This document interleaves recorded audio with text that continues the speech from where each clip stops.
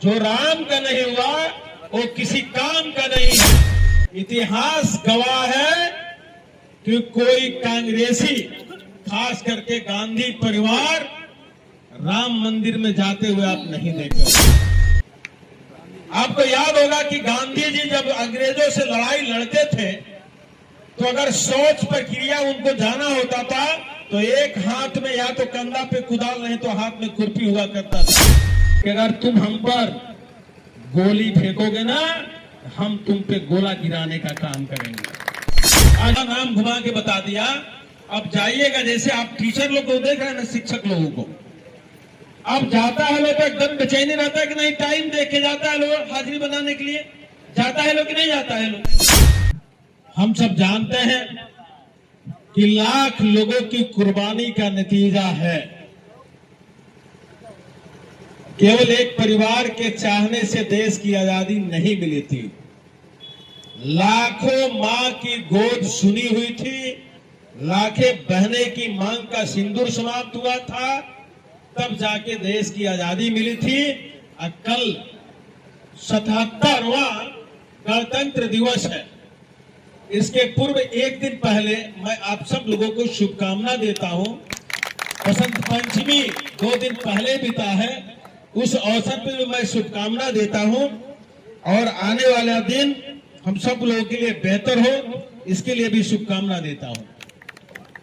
आज मिशन है केवल जी राम जी, विकसित भारत जी राम जी।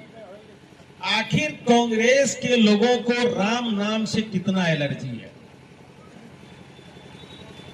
क्या राम जी से इन लोगों को लगाव नहीं है? क्या सनातन धर्म से इन लोगों को लगाव नहीं है? मैं आपसे पूछना चाहता हूं, तमाम जनता उनसे क्वेश्चन कर रही है कि आखिर राम नाम से एलर्जी क्यों? इतिहास गवाह है कि कोई कांग्रेसी, खास करके गांधी परिवार, राम मंदिर में जाते हुए आप नहीं देखे होंगे। वो लोग मंदिर में, गिरजाघर जाना पसंद करता है, लेकिन राम का मंदिर हो या कोई शिव मंदिर हो या कोई हमारा जो सनातन का आस्था का केंद्र है वहां जाना वो लोग पसंद नहीं करता है। बाबू चाय वाले रोक दो।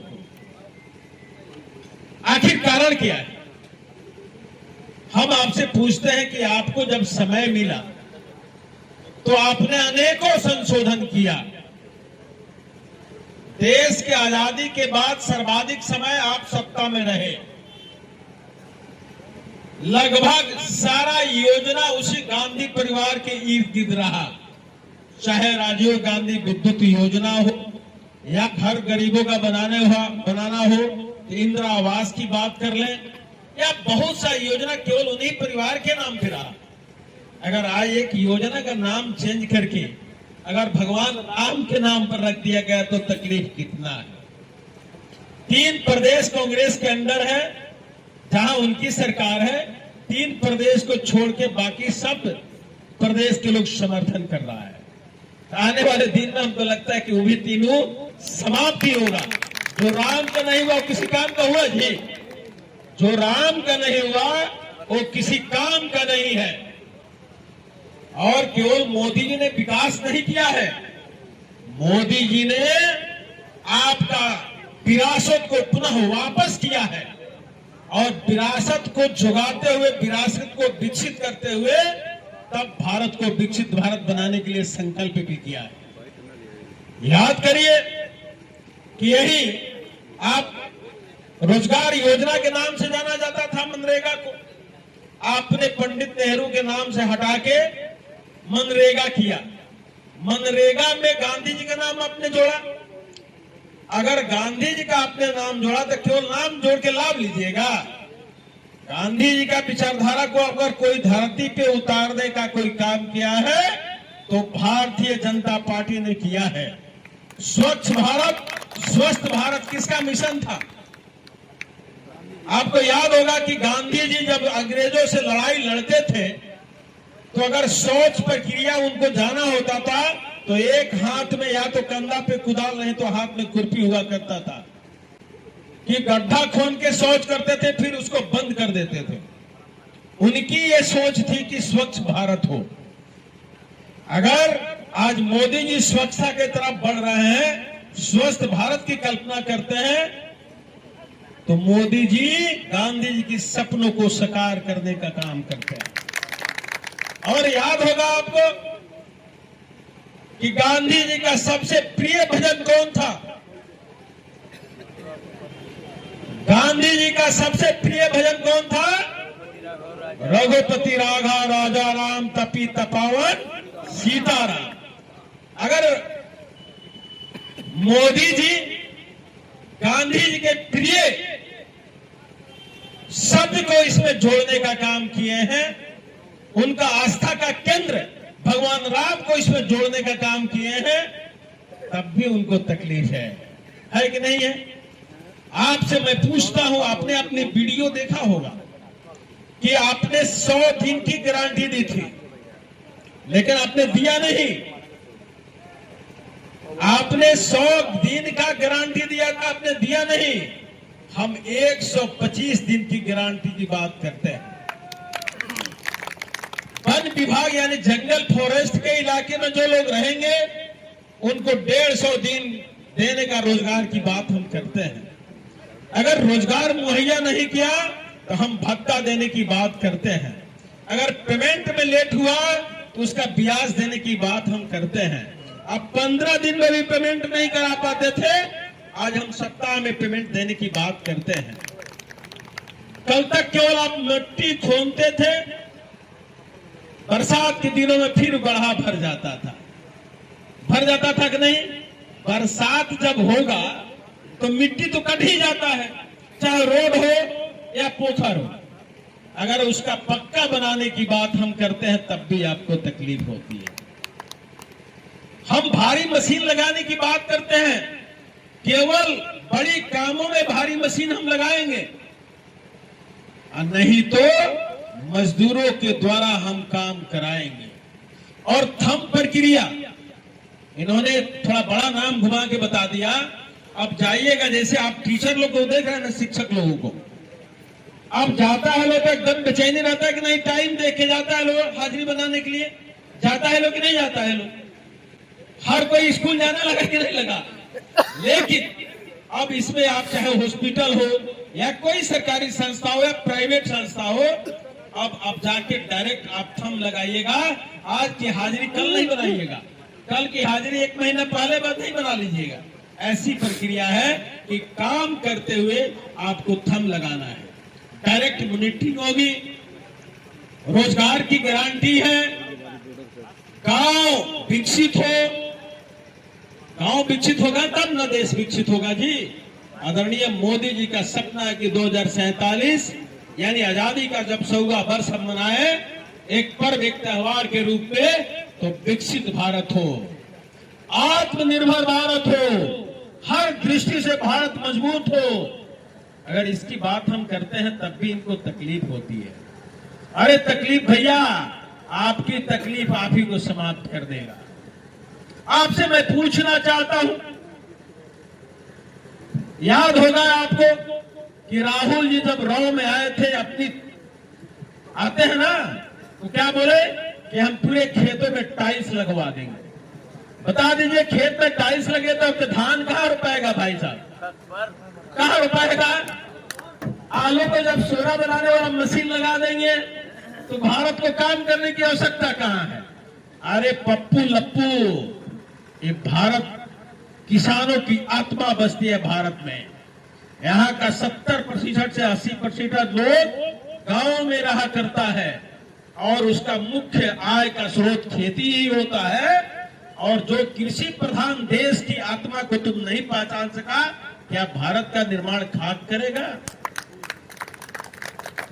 तुम आलू से सोना बनाने की बात करते हो, खेत में टाइल्स लगाने की बात करते हो।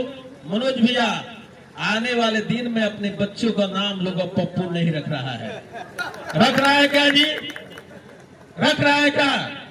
तुम पप्पू पहले का है भाई, और तुम्हारा एक इतिहास है। तुम एक सम्मानित व्यक्ति को पुत्र हो, जो भारत रत्न, बिहार रत्न से नवाजा गया था। एक पहलवानी, एक दंगल, एक कुश्ती लड़ना मेरा कला है। तुम्हारी जमीनी हकीकत है, तुम एक किसान के बेटे हो।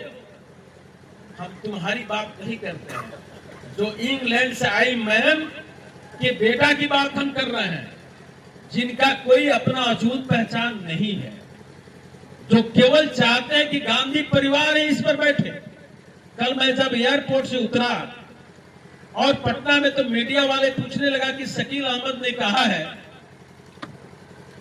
कि कहीं जी राम जी में कोई जनता के अंदर विरोध नहीं है, कांग्रेस एक बड़े नेता ने बोला था। हमने कहा कि शकील अहमद जी गांव से जुड़े हुए लोग, उनको बिहार की हकीकत, देश की हकीकत को पता है, राहुल जी को पता नहीं, इसलिए राहुल जी बोल रहे हैं। एक आदमी कहा कि आज हो सकता है आज के ही दिन राजद के कार्यकारी अध्यक्ष तेजस्वी जी बन जाए। हमने वहां तो लिखा गया है एक ही परिवार का राष्ट्रीय अध्यक्ष बनेगा ही बनेगा, 10 लोग बैठ के घर में तय करेगा, वही राष्ट्रीय अध्यक्ष बनेगा। हमारे यहाँ भारतीय जनता पार्टी में कल्चर है कि जमीन पे जो काम करता है उसको अर्श से लेकर फर्श तक बैठाया जाता है। ये भारतीय जनता पार्टी करती है। बिहार के बेटा को आज राष्ट्रीय अध्यक्ष बनने का मौका मिला है। बिहार में इससे बड़ा गौरव का विषय क्या हो सकता है? इससे बड़ा क्या हो सकता है कि बिहार का बेटा एक विश्व का सबसे बड़ा पार्टी का राष्ट्रीय अध्यक्ष बनते हैं। इससे बड़ा गौरव हमारे लिए कुछ नहीं हो सकता। और आप कहते हैं कि उसी जगह पर राष्ट्रीय अध्यक्ष बनेंगे। अरे राष्ट्रीय अध्यक्ष मतलब क्या होता है? आपको समझ में आएगा? किन प्रदेशों में बिहार को छोड़ के कहां आपकी जनाधार है भाई? अपना पार्टी बना लेना, अपने से राष्ट्रीय अध्यक्ष बन जाना, अपने से सपना में देख के प्रधानमंत्री मुख्यमंत्री बन जाना, इसको कौन रोकता है? सपना देखना तो आपका काम है, देखते रहिए। तो आज की डेट में आज सरकार आदरणीय मोदी जी का जो सोच है कि हम अपने विरासत को, अपने गौरवशाली जो इतिहास है उसको सुरक्षित करते हुए तब भारत को आत्मनिर्भर बनाना है। याद करिए कि वर्षों से बंद था राम मंदिर, बना कि नहीं बना? बना कि नहीं बना? आज पर्यटन की दृष्टि से उससे बड़ा पर्यटक स्थल कोई है क्या भारत के अंदर? है क्या? उससे आमदनी होती है कि नहीं होती है? क्या वो आम जनता के बीच में जाता है कि नहीं जाता है रुपया? आप जब लगा था महाकुंभ जिसमें 65 करोड़ लोग स्नान किया था, वहां दतुअन बेचने वाला की आय बढ़ गई थी। एक सिंपल जंगल से जाकर लकड़ी काट के दतुअन बना के बेचता था, जो मोटरसाइकिल से पैसेंजर को इधर से उठा के उधर गंगा जी में स्नान करने वालों को ले जाता था, ला आता था, उसकी भी आमदनी बढ़ गई थी। तो जब एक पर्यटक स्थल डेवलप होता है तो उससे आय का स्रोत होता है। आप बताइए, विंध्याचल आप गए हैं, काशी विश्वनाथ गए हैं, उज्जैन गए हैं, आप चित्रकूट गए हैं, अभी अभी मैं त्रिपुरा से घूम के आया। हम नहीं जानते थे कि 51 पीठ में माता त्रिपुरा में सुंदरी देवी का भी स्थान, मैं नहीं जानता था। लेकिन जब वहां मेरा प्रोग्राम लगा तो हमने कहा अपने स्टाफ से, अपने पीएस से कि पता करिए कि वही कोई वहां स्थल है कि नहीं जहां हम लोग जाके घूम सके। तो उन्होंने बताया, बीएसएफ के जो आईजी थे उन्होंने बताया कि यहाँ सबसे प्रसिद्ध स्थल है, 51 शक्तिपीठों में एक शक्तिपीठ है मां त्रिपुरा सुंदरी देवी जी का मंदिर। मैंने किया और प्रसाद योजना से इतना भव्य मंदिर बना था। उस प्रदेश की आबादी मात्र 40 लाख है, 60 विधानसभा, 2 लोकसभा, वहां बीजेपी की सरकार है और इतना सुंदर भव्य मंदिर बना था कि लोग प्रत्येक दिन 10,000 से ऊपर पर्यटक वहां जाते हैं। और एक सुनसान जगह पे आज इतना विकसित हुआ है, वहां सैकड़ों की संख्या में दुकानें बनी है, होटल बना है। तो क्या वहां के लोग का रोजगार बढ़ा है कि नहीं बढ़ा है? अगर भारत का हम पर्यटक में भी डेवलप करते हैं, हम अपने विरासत को, सनातन को भी मजबूत करते हैं, अगर पर्यटन में भी डेवलप होता है, ये 3 कांग्रेसियों को तकलीफ होती है कि नहीं होती? हम जहां अपने सनातन की बात करते हैं तब भी इनको परेशानी होती है। जब हम हर घर में गैस कनेक्शन पहुंचाने की बात की, हम हर घर में शौचालय की बात हमने किया, प्रधानमंत्री आवास योजना की बात करें, प्रधानमंत्री सड़क योजना की बात करें, हम एनएच की बात करें, हम एयरपोर्ट की बात करें, हम एम्स की बात करें, हम जनधन खाता योजना की बात करें, किसान सम्मान निधि की बात करें, डिजिटल इंडिया की बात करें, तब भी इनको तकलीफ होती है। अरे इस तकलीफ का क्या कारण है? आपको तो लगातार सत्ता ने, भारत की जनता ने दिया था आजादी के बाद, लेकिन अपनी सत्ता का दुरुपयोग किया। मोदी जी 140 करोड़ आबादी को अपना परिवार मानते हैं कि नहीं मानते हैं? क्या वो अपने परिवार को देखते हैं कभी पलट के? देखा है उन्होंने? 24 घंटा में 18 घंटा देश को, राष्ट्र को मजबूत करने के लिए लगे हैं। आप देखे हैं कि आज अमेरिका हमेशा दबाव में रखना चाहता है भारत को, टैरिफ पे टैरिफ लगाता है। क्या मोदी जी दबे क्या झुके क्या? उनकी टैरिफ को टाई फिस किए कि नहीं किए? आज उनके जितने पॉलिटिकल विदेशी ताकत है आके आपके नजदीक आते हैं कि नहीं आते हैं? व्यापार हो रहा है कि नहीं हो रहा है? आज भारत चौथा अर्थव्यवस्था में कायम हो गया है। आज हम किसान की बात कर लें तो किसान सम्मान निधि भी मिलता है, समय से बिजली भी मिलता है, बिजली से पानी भी मिलता है कि नहीं मिलता है? हर घर सौर ऊर्जा योजना की बात हम कर लें, अब आप अपने छत पर सौर ऊर्जा लगा सकते हैं, आपकी बिजली की बचत होगी। जो नौजवान के पास बंजर भूमि है, अगर वो अधिक बिजली का उत्पादन करेगा तो उसका एग्रीमेंट सरकार करेगी, उसका भी आय बढ़ेगा। तो अगर मोदी जी हर दृष्टि से चाहते हैं कि भारत मजबूत हो, भारत की आत्मा किसानों के अंदर बसती है, अगर मजबूत हो तब भी इन कांग्रेसियों को तकलीफ होती है। इसलिए आप फक्र और दम, आनंद जी आपका एक क्वेश्चन था कि मनरेगा में मजदूरों की राशि बहुत कम है, आप पढ़ लीजिएगा, अभी राशि उसमें खुला नहीं है, उस पर भी अच्छा राशि होनी चाहिए। तो आपकी प्रपोजल को हम लोग ऊपर भी सुझाव देंगे, क्योंकि हम लोग से पूछा जाएगा कि आपने गया 5 जगह आपने सभा की, उसमें क्या क्या प्रतिक्रिया आया, तो मैं निश्चित रूप से कहूंगा कि राशि मजदूरों की बहुत कम है, तो उसको थोड़ा इजाफा किया जाए।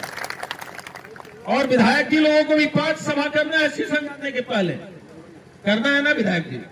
अब इसको अपने में काउंट मत करिएगा, ये मेरे अंदर काउंट करिएगा, क्योंकि मेरे पास सवाल नहीं है। इसलिए सब लोगों से आग्रह है कि कांग्रेस मुद्दा विहीन हो गई है। कांग्रेस क्या हो गई है? मुद्दा विहीन हो गई है। लोकतंत्र उसके अंदर नहीं है, भारत विकसित हो उसकी चिंता उसको नहीं है।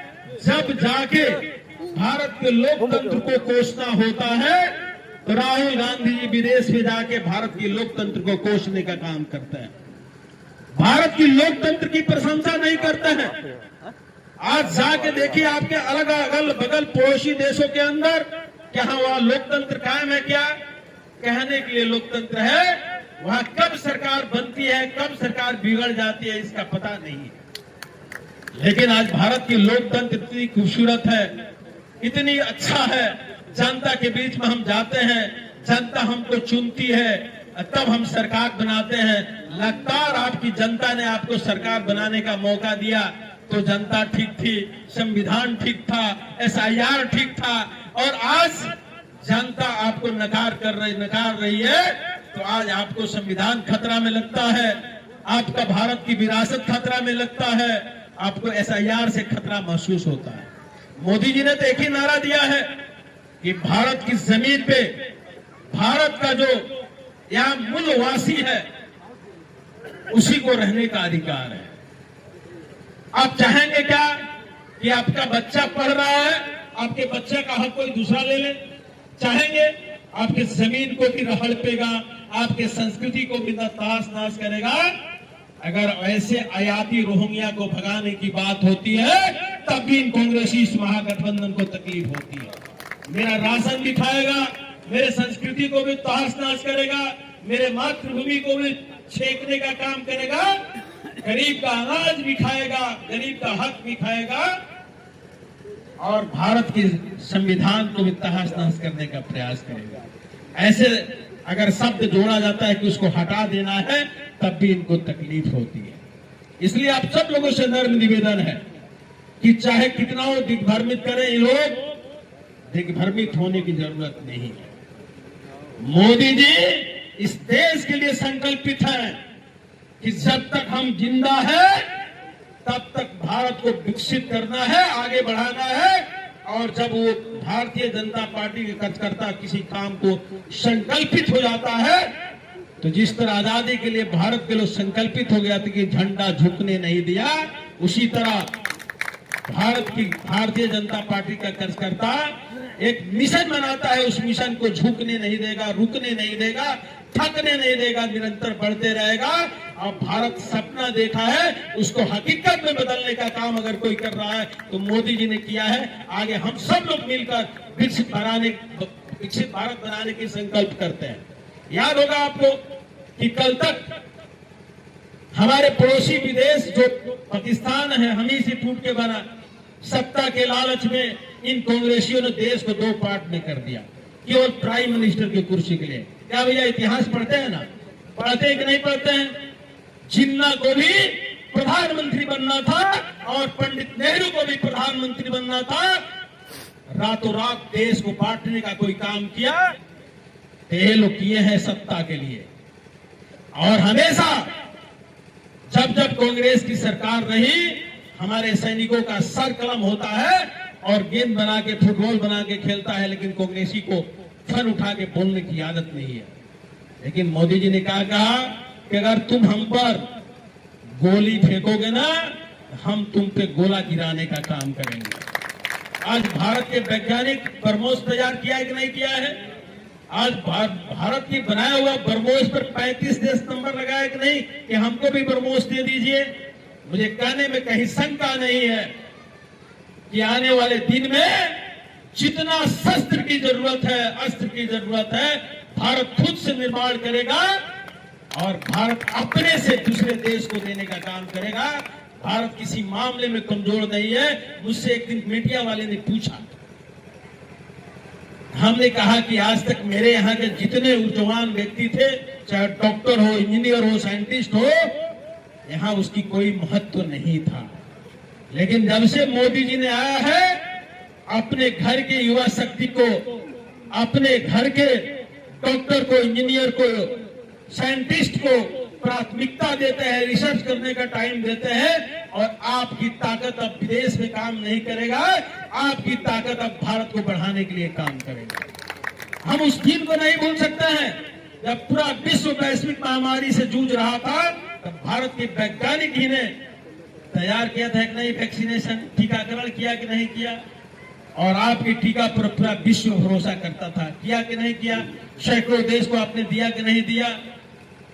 इसलिए आज हर ढंग से, अब हम जिस चीज को छोड़े थे, मोटा अनाज हम लोग खाते थे, सावा, टंगली सब आता था कि नहीं आता था, रागी सब होता था कि नहीं होता था।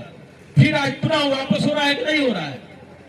अब हम लोग को आदत बीच में हो गई थी कि जितना मेहिया चावल खाएंगे उतना ही ठीक रहेगा, लेकिन जितना मेहिया चावल खाइएगा भैया उतना ही बीमारी होगा। अब भारत फिट रहेगा तब जाके ठीक रहेगा। भारत को फिट रखना है तो अब मोटा अनाज की तरफ भारत सरकार बढ़ रहा है, आपको भी बढ़ना चाहिए और उससे लगाव रखना चाहिए। इसलिए आप सभी लोगों को मेरे तरफ से बहुत बहुत शुभकामनाएं, बधाई है कि आप अपने जीवन में अपने परिवार के लिए तो करते ही करते हैं, लेकिन जब राष्ट्र की बात आए तो सुबह शाम कम से कम अपने विरोधियों को समझाने का काम करो यार कि अब तुम मत बहको। देश अब राष्ट्र को मजबूत करने की तरफ बढ़ गया है, हर ताकत उसके लिए बना हुआ है। इसलिए आप सब लोगों से नर्म निवेदन है, बहुत बहुत बधाई, बहुत बहुत धन्यवाद।